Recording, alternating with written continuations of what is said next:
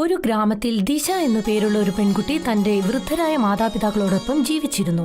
ദിശയുടെ മാതാപിതാക്കൾ ഉന്തുവണ്ടിയിൽ ഭക്ഷണ സാധനങ്ങൾ വെച്ചു വിളമ്പുമായിരുന്നു. ദിശ 20 വയസ്സുള്ള ഒരു പെൺകുട്ടിയാണ്. ദിവസം മുഴുവൻ പുസ്തകത്തിൽ ആണ്ടുകിടക്കും. ഒരു ദിവസം ദിശയുടെ അമ്മ അനിത അവളോട് പറഞ്ഞു, നീ ദിവസം മുഴുവൻ പുസ്തകത്തിൽ തന്നെ ഇരിക്കുന്നല്ലോ, നിന്റെ അമ്മയെ കുറച്ചൊക്കെ എന്തെങ്കിലും ഒന്ന് സഹായിച്ചൂടെ?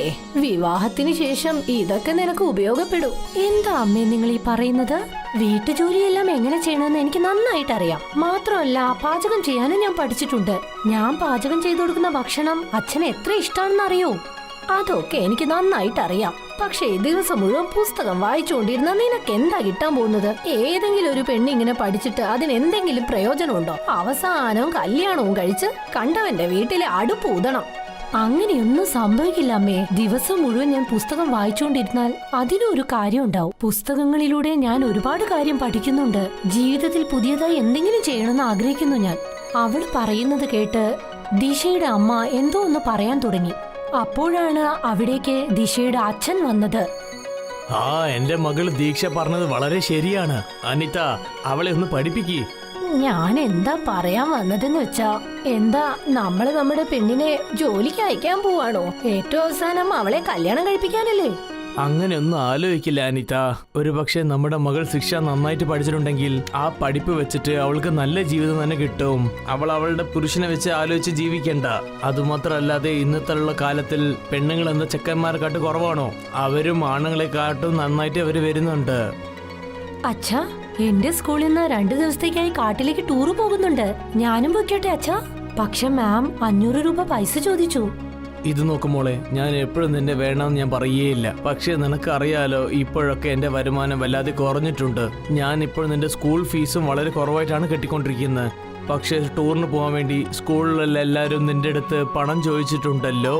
അതിപ്പോൾ എന്റെ അടുത്ത് ഇപ്പോൾ പണം ഇല്ലല്ലോ മോളെ. രമൺ പറഞ്ഞത് കേട്ടതും ദിശയുടെ മുഖം ആകെ മാറി.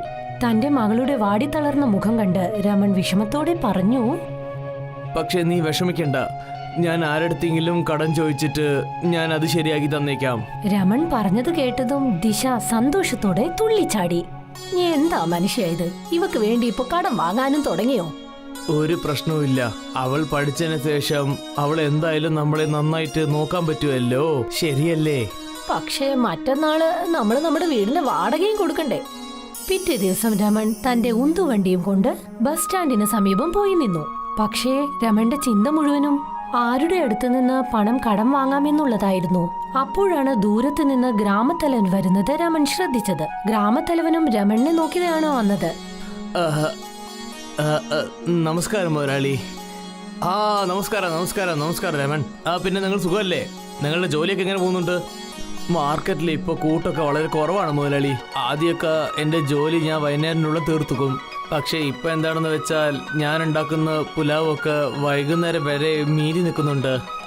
രമൺ, ഇപ്പോഴൊക്കെ ചൈനീസ് ഫുഡല്ലേ വിൽക്കുന്നത്? ഇന്ത്യയിൽ തന്നെ എല്ലാ സ്ഥലത്തും ചൈനീസ് ഫുഡാണ് വിൽക്കുന്നത്. അതുകൊണ്ട് നീ വിൽക്കുന്ന ഈ പുലാവ് ആരാണ് വാങ്ങിക്കാൻ പോകുന്നത്? ഗ്രാമത്തെ ജനങ്ങളൊക്കെ ഇപ്പോൾ മുന്നമാരി അല്ലല്ലോ. ഗ്രാമത്തെ ജനങ്ങൾ ഇപ്പോൾ വല്ലാതെ മാറിയിട്ടുമുണ്ട്.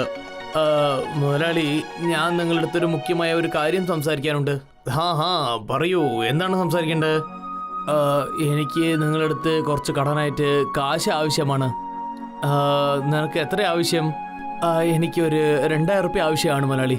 അത് എന്താണെന്ന് വെച്ചാൽ നാളെ കട വാടക 1500 കൊടുക്കണം. പിന്നെ 500 റുപ്യ എൻ്റെ പെണ്ണിന് സ്കൂൾ ടൂറിനും കൊടുക്കണം. ഷെടാ, ഇന്നും ദീക്ഷ കൊച്ചിൻ്റെ സ്കൂൾ ഫീസ് നീ കെട്ടിയിട്ടില്ലേ? അത് പിന്നെ ഞാൻ കുറച്ചായിട്ട് ഫീസ് കെട്ടിക്കഴിഞ്ഞു മുതലാളി. അത് എന്താണെന്ന് വെച്ചാൽ നാളെ സ്കൂളിൽ നിന്ന് കൊച്ചിനെ ടൂർ കൊണ്ടുപോവാണ്. അതായത് കുട്ടിയും വളരെ ആശപ്പെടുന്നുണ്ട്. ടൂറിന് പോകാൻ വേണ്ടി 500 റുപ്യ കാശും ചോദിക്കുന്നുണ്ട്. ചേട്ടാ, നീ എന്താണ് ചെയ്തുകൊണ്ടിരിക്കുന്നത് രമൺ? നിന്റെ വ്യാപാരമാണ് മര്യാദയ്ക്ക് പോകുന്നില്ല പറയുന്നു. പിന്നെ നിന്റെ കടേന്റെ വാടക കെട്ടാൻ പറയുന്നു. ഈ നേരത്തിൽ കൊച്ചിന് ടൂർ അയക്കുന്ന ആവശ്യമാണോ? എന്റെ മകൾക്ക് മരം ചെടി കൊടിയൊക്കെ വളരെ ഇഷ്ടമാണ് മുതലാളി. അത് മാത്രമല്ലാതെ അവൾ നന്നായിട്ട് പഠിക്കുകയും ചെയ്യും. ദിവസം മുഴുവൻ അവൾ പുസ്തകത്തോടെ തന്നെ ഇരിക്കും. ഒരു പക്ഷേ വൈകുന്നേരം അവൾക്ക് ഞാൻ കാശ് കൊടുത്തിട്ടില്ലെങ്കിൽ അവൾക്ക് വല്ലാതെ വിഷമമുണ്ടാവും മുതലാളി. രമൺ പറയുന്നത് കേട്ട് ഗ്രാമത്തലവൻ അവന്റെ മുഖത്തേക്ക് തന്നെ നോക്കി നിന്നു. അപ്പോഴാണ് ഗ്രാമത്തലവന്റെ കൂട്ടുകാരൻ അഭിമന്യു അവിടേക്ക് വന്നത്. അഭിമന്യു വളരെ മോശക്കാരനായ ഒരു വ്യക്തിയായിരുന്നു. എപ്പോഴും തലവനോട് കുശുമ്പ് പറഞ്ഞുകൊണ്ടേയിരിക്കും. അവർ രണ്ടുപേരുമുള്ള സംസാരം അഭിമന്യു ശ്രദ്ധിച്ചുകൊണ്ടേയിരുന്നു. അഭിമന്യു ഗ്രാമത്തലവന്റെ ചെവിയിൽ പറഞ്ഞു. എന്താ ആലോചിക്കുന്ന മുതലാളി? 2000 റുപ്യ കാര്യല്ലേ, കൊടുത്തേക്ക്. കാരണം രമന്റെ ഈ തള്ളുവണ്ടി 10,000 റുപ്യെങ്കിലും പോകും. ഇപ്പോഴൊക്കെ രമന്റെ കച്ചവടം മര്യാദയ്ക്ക് പോകുന്നില്ല. അവനെ കൊണ്ട് പണമൊക്കെ തീർച്ചയായിട്ടും തരാൻ പറ്റില്ല. അതിന് പകരം നിങ്ങൾക്ക് അവന്റെ കട എടുക്കാമല്ലോ. മൊത്തമായിട്ട് നിങ്ങൾക്ക് 8,000 റുപ്യ കിട്ടും. അഭിമന്യു പറഞ്ഞത് ഗ്രാമത്തലവന്റെ തലയിലേക്ക് കയറി. ശരി, നീ ആ പണം എപ്പോഴാണ് എനിക്ക് തിരിച്ചു തരിക?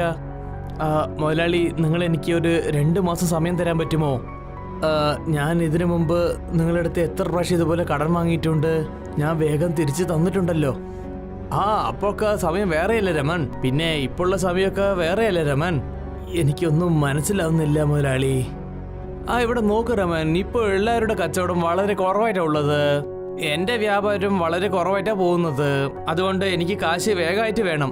പിന്നെ വേറൊരു കാര്യം, പിന്നെ നീ എന്റെ അടുത്ത് അടമാനം വെക്കാൻ വേണ്ടി എന്തെങ്കിലും ഒരു സാധനം തരണം. ഗ്രാമത്തലവന്റെ വാക്ക് കേട്ടതും രമൺ സ്തംഭിച്ചുപോയി. ഗ്രാമത്തലവൻ ഉള്ളിന്റെ ഉള്ളിൽ വളരെ നല്ല മനുഷ്യനാണെന്ന് രമണിന് അറിയാമായിരുന്നു. രമണിന് മനസ്സിലായി ഗ്രാമത്തലവന്റെ ചെവിയിൽ 2 മിനിറ്റ് മുൻപ് അഭിമന്യുവാണ് എന്തോ പറഞ്ഞതെന്ന്. രമണിന് തീർച്ചയായിരുന്നു ആ ഗ്രാമത്തിൽ ഗ്രാമത്തലവനല്ലാതെ വേറെ ആർക്കും 2000 രൂപ പണം കടം കൊടുക്കാൻ ഉണ്ടാവില്ല എന്ന്. എന്റെ അടുത്ത് എന്താ ഉള്ളത് മുതലാളി? എനിക്ക് അടമാനം വെക്കണമെങ്കിൽ ആ വാടക വീട് മാത്രമേ ഉള്ളൂ. അങ്ങനെ വെച്ചാൽ നിങ്ങൾക്ക് എന്റെ മേലെ വിശ്വാസം ഇല്ലേ? വിശ്വാസം വെച്ചിട്ട് എന്ത് ചെയ്യാനാ രമൻ? നിന്റെ വണ്ടി വെച്ചിട്ട് തരികയാണ്, ഞാൻ കാശ് തന്നേക്കാം. ഒരു പക്ഷേ നിങ്ങൾക്ക് എനിക്ക് കാശ് തരാൻ പറ്റില്ലെങ്കിൽ ഞാൻ നിന്റെ ഈ വണ്ടി കട എടുത്തു കൊണ്ടുപോയേക്കും. പിന്നെ നീ എന്നെ തെറ്റിദ്ധരിക്കാൻ പാടില്ല, മനസ്സിലായോ? രമൺ ഒരുപാട് ആലോചിച്ച ശേഷം എന്താണ് പറഞ്ഞതെന്നോ? ശരി മുതലാളി, നിങ്ങൾ പറഞ്ഞതുപോലെ തന്നെ ചെയ്യാം. ഗ്രാമത്തലവൻ ചിരിച്ചുകൊണ്ട് ആ സ്ഥലത്ത് നിന്നും പോയി. ആ വൈകുന്നേരം രമൺ 500 രൂപ ദിശയ്ക്ക് കൊടുത്തു. ദിശ ഒരുപാട് സന്തോഷത്തോടെ അവിടെ നിന്നും പോയി. അന്ന് നടന്ന എല്ലാ കാര്യങ്ങളും ഭാര്യ അനിതയോട് രമൺ പറഞ്ഞു. നിങ്ങൾ എന്തായി ചെയ്തു വെച്ചിരിക്കുന്നത്? നിങ്ങൾക്ക് നന്നായിട്ട് അറിയില്ലേ അഭിമന്യു വളരെ മോശപ്പെട്ടവനാണെന്ന്? ഗ്രാമത്തലവൻ നല്ല മനുഷ്യനാണ്, കരുണയുള്ളവനാണ്. തീർച്ചയായും ആ അഭിമന്യു എന്തോ ഒന്ന് മനസ്സിൽ ചിന്തിച്ചിട്ടുണ്ട്. അല്ലാതെ ഗ്രാമത്തലവൻ നിങ്ങളുടെ വണ്ടി വെച്ച് എന്ത് ചെയ്യാനാ? അവര് തീർച്ചയായും നമ്മുടെ വണ്ടി അഭിമന്യുവിനാ കൊടുക്കുക. ഈ ഉന്തുവണ്ടി ഇല്ലാതെ പിന്നെ നമ്മൾ എന്താ ചെയ്യുക? അതിന്റെ ഉള്ളിൽ എന്തെങ്കിലും ഒരു അത്ഭുതം തീർച്ചയായിട്ടും നടക്കും. എങ്ങനെ ആയാലും നാളെ നമ്മൾ വീട്ടുവാടക നമ്മൾ കൊടുക്കണ്ടേ? അതുകൊണ്ട് തീർച്ചയായിട്ടും മുതലാളി എടുത്ത് 1500 റുപ്യ കടനം വാങ്ങിച്ചു. പിറ്റേ ദിവസം ദിശ വനത്തിലേക്ക് ടൂറ് പോയി. ആ വനത്തിനുള്ളിലെ മരങ്ങൾ അതിശയത്തോടെ അവൾ നോക്കി നിന്നു. പെട്ടെന്നാണ് അവിടെ ഒരു വൃദ്ധയായ സ്ത്രീയെ അവൾ കണ്ടത്. ആ വൃദ്ധയായ സ്ത്രീ വാഴയിലയിൽ എന്തോ ഒന്ന് പാചകം ചെയ്യുകയായിരുന്നു. ആ വാഴയിലയിൽ നിന്ന് എന്തോ അത്ഭുതകരമായ മണം വന്നു. ദിശയ്ക്ക് അവളെ നിയന്ത്രിക്കാൻ കഴിഞ്ഞില്ല. അവൾ ആ വൃദ്ധയുടെ സമീപത്തേക്ക് പോയി. അമ്മേ, ഇതെന്താണ്? ഇത് വാഴയിലയിൽ ചെയ്യുന്ന ഒരു ബിരിയാണിയാ മോളെ. ഇങ്ങനെയൊക്കെ ചെയ്യാൻ പറ്റുമോ? പിന്നെന്താ, തീർച്ചയായും ചെയ്യാലോ. ഈ റെസിപ്പി എനിക്ക് നന്നായിട്ട് അറിയാം. ദിശ ആ വൃദ്ധയായ സ്ത്രീയുടെ മുഖത്ത് സൂക്ഷിച്ചു നോക്കാൻ തുടങ്ങി. നിങ്ങളുടെ മുഖം കണ്ടാലേ എനിക്ക് മനസ്സിലാകും നിങ്ങൾ ഈ വനത്തിനുള്ളിൽ ജീവിക്കുന്ന ആളല്ല. അതുപോലെ ഈ റെസിപ്പിയും ഈ നാട്ടിൽ പുതിയതാ. നീ ശരിക്കും വളരെ ബുദ്ധിശാലിയാ മോളെ. അതൊക്കെ പോട്ടെ, നിനക്ക് എങ്ങനെയാ ഇതൊക്കെ മനസ്സിലായത്? ഞാൻ ദിവസം മുഴുവനും ഇരുന്ന് പഠിക്കും. എനിക്ക് പുതിയതായി എന്തെങ്കിലും പഠിക്കണമെന്ന് ആഗ്രഹമാ. എനിക്ക് നിന്നെ ഒരുപാട് ഇഷ്ടപ്പെട്ടു മോളെ. അതൊക്കെ പോട്ടെ, എന്താ നിന്റെ പേര്? ദിശ. ദിശ, ദിശ, നീ ശരിക്കും ഒരു കാര്യം കണ്ടുപിടിച്ചു. ഞാൻ എന്റെ ബാല്യകാലത്ത് തന്നെ ഒരു പകുതി മുക്കാൽ ലോകവും കണ്ടു. എന്റെ കുടുംബത്തിലെ ബാക്കി എല്ലാവരും എന്നെ വിട്ട് വിദേശ രാജ്യങ്ങളിലേക്ക് പോയി. ആ ദിവസത്തിന് ശേഷമാണ് എന്റെ ജീവിതത്തിൽ ലോകത്തെ പറ്റി ഒരു ചിന്തയില്ലാഞ്ഞത്. പിന്നെ ഞാൻ കാട്ടിൽ ഒറ്റയ്ക്ക് ജീവിക്കാൻ തുടങ്ങി. നിങ്ങൾ എനിക്ക് ഈ റെസിപ്പി പറഞ്ഞു തരുമോ? വേറെ ആരെങ്കിലും ഇത് ചോദിച്ചതെങ്കിൽ എന്നെ കൊണ്ട് പറ്റില്ല എന്ന് പറയുമായിരുന്നു. പക്ഷെ നീ ശരിക്കും ഒരു ബുദ്ധിശാലിയാ. നിന്റെ കണ്ണിൽ കാണുന്ന ആ വെളിച്ചം പറയുന്നു നിനക്ക് ഉയരത്തിലേക്ക് എത്താൻ വളരെയധികം ആഗ്രഹം ഉണ്ടെന്ന്. ശരിക്കും ഞാൻ നിന്നോട് ഇതിന്റെ റെസിപ്പി പറഞ്ഞു തരാം. ആ വൃദ്ധ ദിശയ്ക്ക് ഇതിന്റെ റെസിപ്പി മുഴുവൻ പറഞ്ഞു കൊടുത്തു. ടൂർ കഴിഞ്ഞ് ദിശ തന്റെ വീട്ടിലേക്ക് മടങ്ങിപ്പോയി. നാളുകൾ കൊഴിഞ്ഞു വീണുകൊണ്ടേയിരുന്നു. രമണിന്റെ ജോലി പൂർണ്ണമായും നിലച്ചു. മാത്രമല്ല, ഗ്രാമത്തലവൻ അഭിമന്യുവിന്റെ വാക്ക് കേട്ട് രമണിൽ നിന്നും ആ വണ്ടി എടുത്തുകൊണ്ടുപോയി. രമണിന്റെ കച്ചവടം മുഴുവനായും നിന്നു. മാത്രമല്ല, വീട്ടുവാടക കെട്ടേണ്ട ബാധ്യതയും കൂടി വന്നു. എത്ര പ്രാവശ്യം ഞാൻ നിങ്ങളോട് പറഞ്ഞതാ, നിങ്ങളത് കേൾക്കാനേ നിന്നില്ല. മോൾ ഇത്രയും കൂടുതൽ പഠിക്കേണ്ട എന്ത് കാര്യ ഉള്ളത്? ഇപ്പൊ പറ, ഇത്രയും അവളെ പഠിപ്പിച്ചതുകൊണ്ട് നമുക്ക് എന്താ പ്രയോജനം? അവളുടെ സ്കൂളിൽ നമ്മൾ എത്ര പണം ചെലവാക്കി? ആ പണം നമ്മൾ കൂട്ടി വെച്ചിട്ടുണ്ടായിരുന്നെങ്കിൽ ഇപ്പൊ നമുക്ക് അതൊരു ഉപകാരമായിരുന്നേനെ. ഷടാ, ഇതില് ദീക്ഷയിലടുത്ത് ഒരു തെറ്റുമില്ലല്ലോ അനിത. അപ്പോഴാണ് അവിടെ ദിശ വന്ന് പറഞ്ഞത്, അച്ഛാ, എന്റെ കയ്യിൽ ഒരു പ്ലാനുണ്ട്. എന്തു പ്ലാനാ മോളെ? കുറച്ചു മാസങ്ങൾക്ക് മുൻപ് ഞാൻ കാട്ടിലേക്ക് ടൂറ് പോയില്ലേ? അവിടെ ഒരു വൃദ്ധയായ അമ്മ എനിക്ക് ബിരിയാണി ചെയ്യുന്നതിന്റെ റെസിപ്പി പറഞ്ഞു തന്നിരുന്നു. എനിക്ക് എന്താ തോന്നുന്നതെന്ന് വെച്ചാ, അതേ ബിരിയാണി നമ്മൾ ഈ ഗ്രാമത്തിൽ പാചകം ചെയ്ത് വിറ്റാൽ നമുക്ക് ഒരുപാട് ലാഭം കിട്ടുമല്ലോ. നീ എന്തൊക്കെ സംസാരാ ഇത്? നീ എന്താ പറയാൻ വന്നത്? നിന്റെ അച്ഛൻ പുലാവൊക്കെയല്ലേ ചെയ്തോണ്ടിരുന്നത്? അനിത, എനിക്ക് എന്താ തോന്നുന്നു വെച്ചാൽ ദീക്ഷ പറഞ്ഞത് ശരിയാണ്. മുതലാളിയും അതാണ് പറഞ്ഞത്. ഇപ്പോഴൊക്കെ നാട്ടിൽ പുതിയ വകയായിട്ടാണ് ഭക്ഷണം ഉണ്ടാക്കുന്നത്. നമ്മളും ഇതുപോലെ പുതിയതായിട്ടൊന്നും ഉണ്ടാക്കിയില്ലെങ്കിൽ പിന്നെ ഇങ്ങനെ തന്നെ നമ്മളും കഷ്ടപ്പെടേണ്ടി വരും. പക്ഷെ എന്താ പ്രശ്നമെന്നാ, നമ്മുടെ മോള് പറയുന്നത് കേട്ടാലും നിങ്ങൾ ആ ബിരിയാണി എവിടെ കൊണ്ടുപോയിട്ടാ വിൽക്കുക? വണ്ടിയാണെങ്കിൽ അഭിമന്യു എടുത്തു പോയില്ലേ? നിങ്ങൾ അതേപറ്റി ഓർത്ത് വിഷമിക്കേണ്ട അമ്മേ. നമ്മുടെ വീടിന്റെ ഈ അവസ്ഥയെക്കുറിച്ച് ഞാൻ ടീച്ചറോട് ഡിസ്കസ് ചെയ്തിരുന്നു. ടീച്ചറുടെ ഒരു കട ഗ്രാമത്തിലുണ്ട്. ടീച്ചർ എന്നോട് പറഞ്ഞു, അച്ഛനോട് എപ്പോ പണം കിട്ടുന്നോ അതുവരേക്കും ആ കടയിൽ നമുക്ക് കച്ചവടം ചെയ്യാമെന്ന് പറഞ്ഞു. ദിശ പറഞ്ഞത് കേട്ട് രമണിന് സന്തോഷമായി. ദിശ പിറ്റേ ദിവസം രമണിനെ വയലിലേക്ക് കൂട്ടിക്കൊണ്ടുപോയി. എന്നിട്ട് അച്ഛന്റെ കൂടെ വാഴയിലകൾ പറിച്ചുകൊണ്ടുവന്ന് ആ കടയിൽ വെച്ചു. രമണും അനിതയും മുൻപേ തന്നെ ആ കട മുഴുവൻ വൃത്തിയാക്കി വച്ചിരുന്നു. ദിശ ആ വാഴയിലയിൽ ബസുമതി അരിയും ബാക്കി എല്ലാ സാധനങ്ങളും നിറച്ചു വെച്ചു. കുറച്ചു സമയത്തിനുള്ളിൽ തന്നെ വാഴയിലയിൽ ഉണ്ടാക്കിയ ബിരിയാണി റെഡിയായി. അതിൽ നിന്നും വളരെയധികം രുചികരമായ ഒരു മണം പുറത്തേക്ക് വരാൻ തുടങ്ങി. ആ വഴിയിലൂടെ പോകുന്ന ആർക്കും സ്വയം നിയന്ത്രിക്കാൻ കഴിഞ്ഞില്ല. പെട്ടെന്ന് ഒരാൾ അങ്ങോട്ട് വന്ന് എന്തു പറഞ്ഞെന്നോ? ഷടാ, നിങ്ങളുടെ കടയിൽ നല്ല രുചിയുള്ള മണം വരുന്നുണ്ടല്ലോ. ഇതേതെങ്കിലും പുതിയ ഹോട്ടലാണോ? രമൺ എന്തെങ്കിലും പറയുന്നതിനു മുൻപ് ദിശ ആ മനുഷ്യനോട് പറഞ്ഞു, നിങ്ങൾ ശരിയായ കാര്യമാണ് പറഞ്ഞത്. ഇത് ഞങ്ങളുടെ പുതിയ ഹോട്ടലാണ്. വാഴയിലയിൽ ഉണ്ടാക്കിയ ബിരിയാണി ഇവിടെ കിട്ടും. ആ മനുഷ്യൻ ഉടനെ തന്നെ പോയി ഒരു മേശയ്ക്ക് സമീപം ഇരുന്നു. എന്നിട്ട് പറഞ്ഞു, എനിക്കും കഴിക്കാൻ ഒരു പ്ലേറ്റ് തരൂ. ചൂടാറാത്ത ബിരിയാണി ദിശ ഉടനെ തന്നെ അവർക്ക് കൊണ്ടുപോയി വിളമ്പി. ആ മനുഷ്യൻ കുറച്ചു സമയത്തിനുള്ളിൽ 5-6 പ്ലേറ്റ് ബിരിയാണി അകത്താക്കി. വളരെ നന്നായിട്ടുണ്ട്. എത്രയായി? 2000 രൂപ. ആ മനുഷ്യനും വളരെ സന്തോഷത്തോടെ 2000 രൂപ ദിശയ്ക്ക് കൈമാറി. ആ മനുഷ്യൻ ഒരു നഗരവാസിയാണ്. മാത്രമല്ല ഒരു ഫേമസ് യൂട്യൂബറും. ചേട്ടാ, ഇതുപോലുള്ള ഭക്ഷണം എന്റെ ജീവിതത്തിൽ ആദ്യമായിട്ടാണ് കഴിക്കുന്നത്. ഇതുപോലുള്ള ഭക്ഷണം തീർച്ചയായിട്ടും നാട്ടിൽ എവിടെയും കിട്ടില്ലെന്ന് തോന്നുന്നു. ഒരുപക്ഷെ നിങ്ങൾക്ക് പ്രശ്നമില്ലെങ്കിൽ ഞാൻ നിങ്ങളെ ഒരു ഫോട്ടോ എടുത്തോട്ടെ. പിന്നെ നിങ്ങൾ ഈ വാഴയില ബിരിയാണി പറ്റി ഞാൻ സോഷ്യൽ മീഡിയയിൽ ഇട്ടോട്ടെ.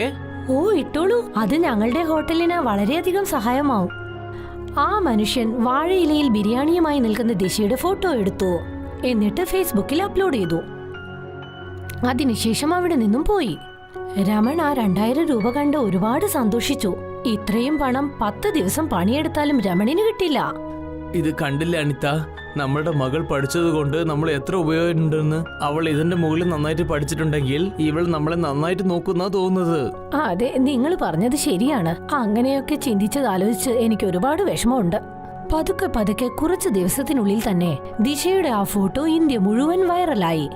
ദൂരദേശങ്ങളിൽ നിന്ന് പോലും ആളുകൾ ദിശയുടെ വാഴയില ബിരിയാണി കഴിക്കാനായി വന്നു. കുറച്ചു മാസങ്ങൾക്ക് ശേഷം രമൺ ആ കട ടീച്ചറിൽ നിന്നും വില കൊടുത്തു വാങ്ങി. ഇപ്പോൾ രമൺ വളരെ മനോഹരമായ ഒരു വീടും കെട്ടി. ഇപ്പോൾ ആ ഗ്രാമം ദിശയുടെ ഗ്രാമം എന്ന പേരിലാണ് ലോകം മുഴുവൻ അറിയപ്പെടുന്നത്. പക്ഷേ ഈ കാര്യം അഭിമന്യുവിന് ഒട്ടും രസിച്ചില്ല. അവൻ ഗ്രാമത്തലവനോട് പറഞ്ഞു, മുതലാളി, ഇത് നിങ്ങൾക്ക് വളരെ ഇൻസൾട്ടാണ്. നിങ്ങളുടെ ഗ്രാമം നിങ്ങളെ കൊണ്ട് ഫേമസ് ആവാതെ ആ ദീക്ഷനെ കൊണ്ടാണ് ഫേമസ് ആവുന്നത്. ഗ്രാമത്തലവൻ അഭിമന്യുവിനോട് എന്തോ പറയാൻ വന്നു. അപ്പോഴാണ് ഗ്രാമത്തലവന്റെ ഭാര്യ ദേഷ്യത്തോടെ അങ്ങോട്ട് വന്ന് പറഞ്ഞത്, ഇനി എങ്ങാനും നീ ഈ വീട്ടിലേക്ക് വന്നാലുണ്ടല്ലോ. നീ എന്താ സംസാരിക്കുന്നത്? അഭിമന്യു എന്റെ സുഹൃത്തല്ലേ? ഇവൻ നിങ്ങളുടെ കൂട്ടുകാരനല്ല, നിങ്ങളുടെ ശത്രുവാണ്. നിങ്ങൾ ആ ദിശയ്ക്ക് ഒരു സമ്മാനമാണ് കൊടുക്കേണ്ടത്. അവളെ കൊണ്ട് നമ്മുടെ ഗ്രാമം ലോക പ്രശസ്തമായി, അറിയില്ലേ? നമ്മുടെ കുഞ്ഞുങ്ങൾക്കെല്ലാം അവൾ എന്തൊരു പ്രോത്സാഹനമാണ്. ഈ അഭിമന്യു ആണെങ്കിലോ എപ്പോ നോക്കിയാലും നമ്മുടെ ഗ്രാമത്തിലെ ആളുകളെ കുറിച്ച് എന്തെങ്കിലും ഒന്ന് പറഞ്ഞുകൊണ്ടുവരും, അറിയില്ലേ? ഇവനെ കൊണ്ട് നിങ്ങളുടെ പേര് മോശമായി പോവുകയുള്ളൂ. എന്താ അത് നിങ്ങൾ മനസ്സിലാക്കാത്തത്? ഗ്രാമത്തലവന് ഭാര്യ പറഞ്ഞത് മനസ്സിലായി. അവർ അഭിമന്യുവിന്റെ കഴുത്തു പിടിച്ച് പുറത്താക്കി. അന്ന് വൈകുന്നേരം ഗ്രാമത്തലവനും പത്നിയും കൂടി രമണിന്റെ കടയിലേക്ക് ബിരിയാണി കഴിക്കാനായി പോയി. എന്നോട് ക്ഷമിക്കൂ റമൻ, ഞാൻ നിന്റെ അടുത്ത് വളരെ മോശമായിട്ടാണ് പെരുമാറിയത്. അഭിമന്യന്റെ വർത്താനം കേട്ടിട്ട് ഞാൻ നിന്റെ കടയെ ഞാൻ എടുത്തു കൊണ്ടുപോയി. എന്നോട് ക്ഷമിക്കണം. അതൊന്നും പ്രശ്നമല്ല മുതലാളി, ഇതൊക്കെ ഈശ്വരന്റെ ലീലയാണ്.